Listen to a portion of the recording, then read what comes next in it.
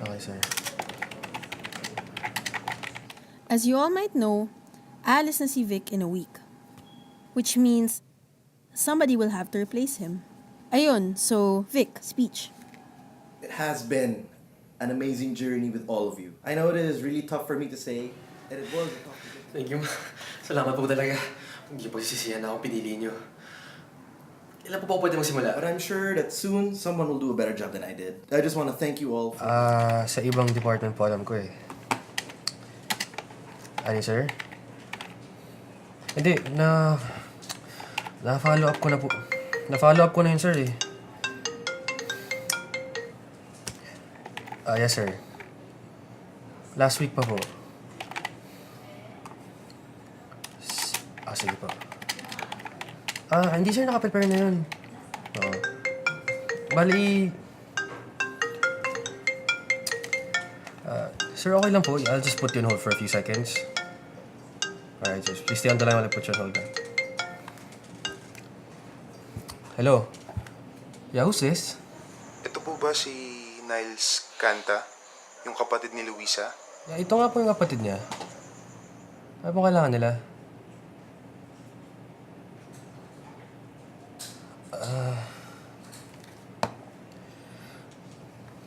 Ano nangyari kay Luisa?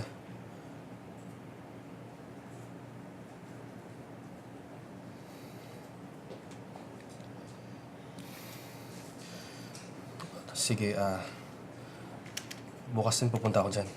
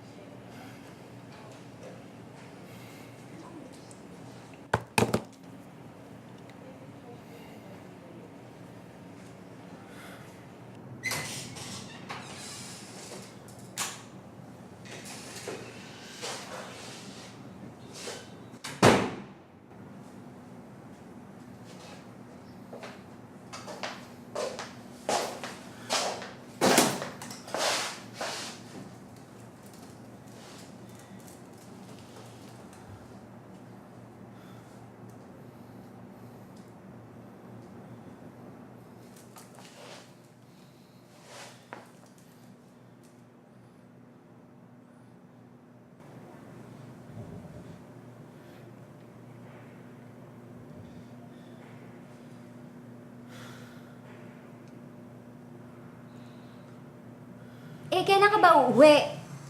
Ate, ng beses ko inulit sa'yo na hindi ako pwedeng umuwi dyan nang hindi ko natatapos tong project. Buhay ng ama natapos na at andyan ka pa rin.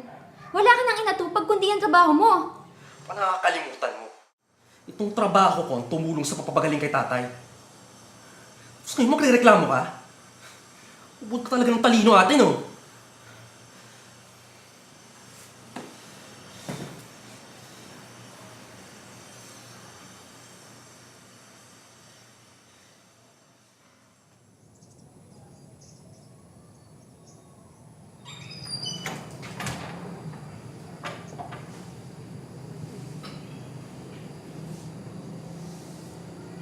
Maupo ka muna, Brad. Gusto mo ba ng makain o mainom? Okay lang ako. Salamat.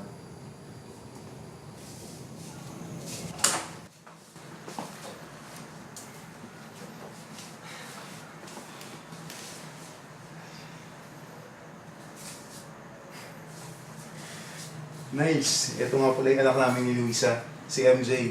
MJ, ang tito Nice mo. Hi.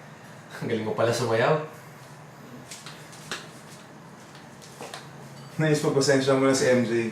Mahihain lang talaga siya. Pero mahilig lang talaga siyang sumayaw. Parang nanay niya lang. Oo nga eh. Oh, siya. Magpahinga ka na at alam kong pagod na pagod ka sa biyahe. Babalik muna ako sa burol at i-text mo na lang ako kung may kailangan ka. Salamat, Melo, ah.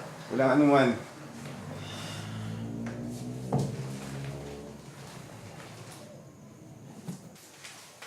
Niles, kain na.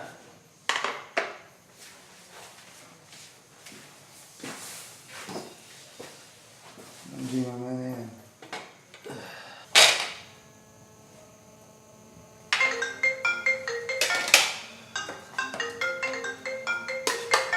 Sandali lang ah. Hello? Marjun, bakit? Hindi ko pa na-check yung email ko eh. Nakagising ko lang. Ganun ba? Sige, sige. Kakain lang ako and then I'll check it as soon as possible. Sige, sige. Salamat. Sorry ah. Okay lang.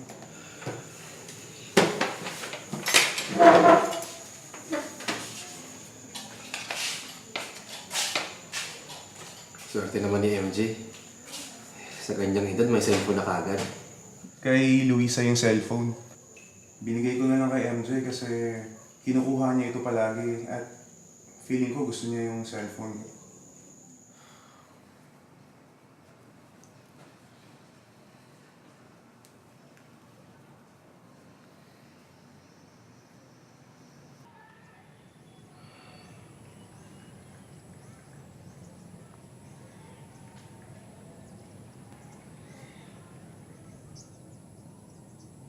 Ano? Tara na?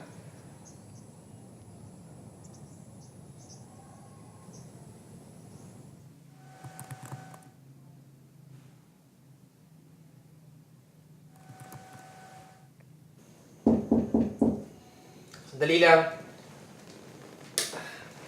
Pasok.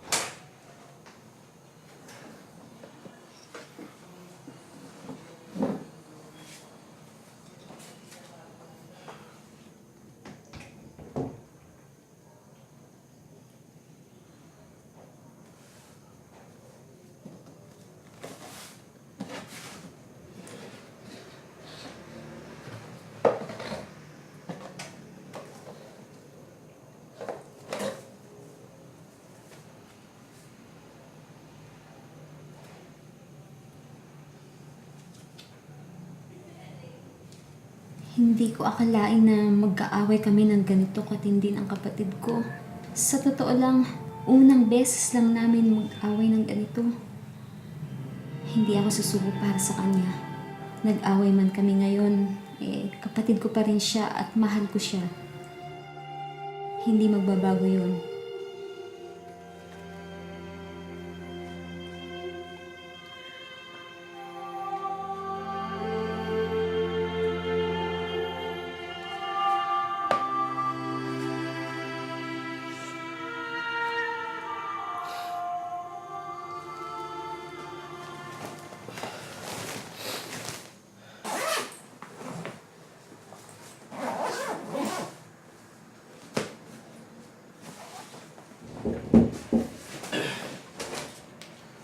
O Niles, nandiyan na ba lahat ng kailangan mo? Oo, okay na ako. Nandiyan na yung tricycle eh. Ready ka na? Sige. Sige, tara.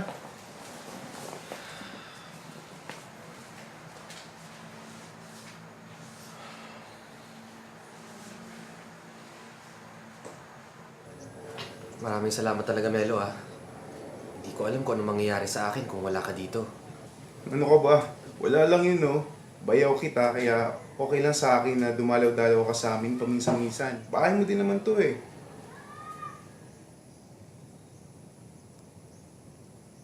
Oh, ingat ka ah. Tsaka, dapat good girl palagi. Makinig ka sa papa mo. Oh, eto.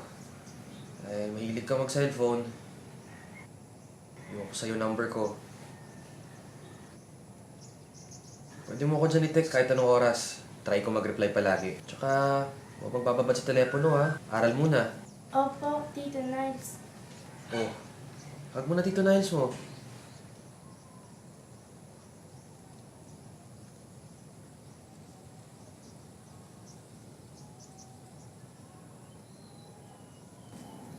O Niles, kumusta naman ang biyahe mo?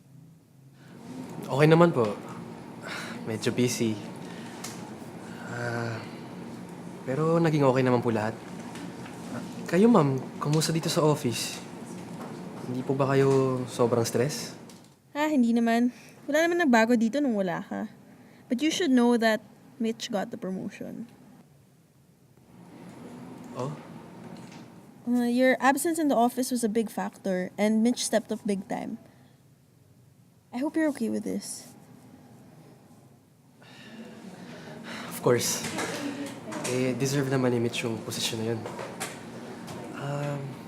Sige ma'am, I'll just go back to work.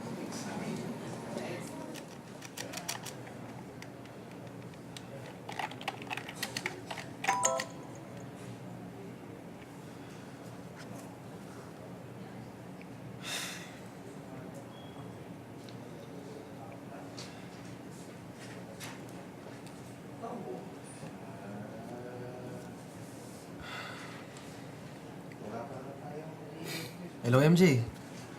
Good morning din sa'yo. Oh, gusto na kayo ng tatay mo? Ako, okay lang ako dito. Oo nga eh. Huwag kayong mag-alala. Sa katapusan, bibisita ako. Oo naman. Oh, sige ha. Sige, kapalit pa ako sa trabaho. Sige. Ingat kayo ha.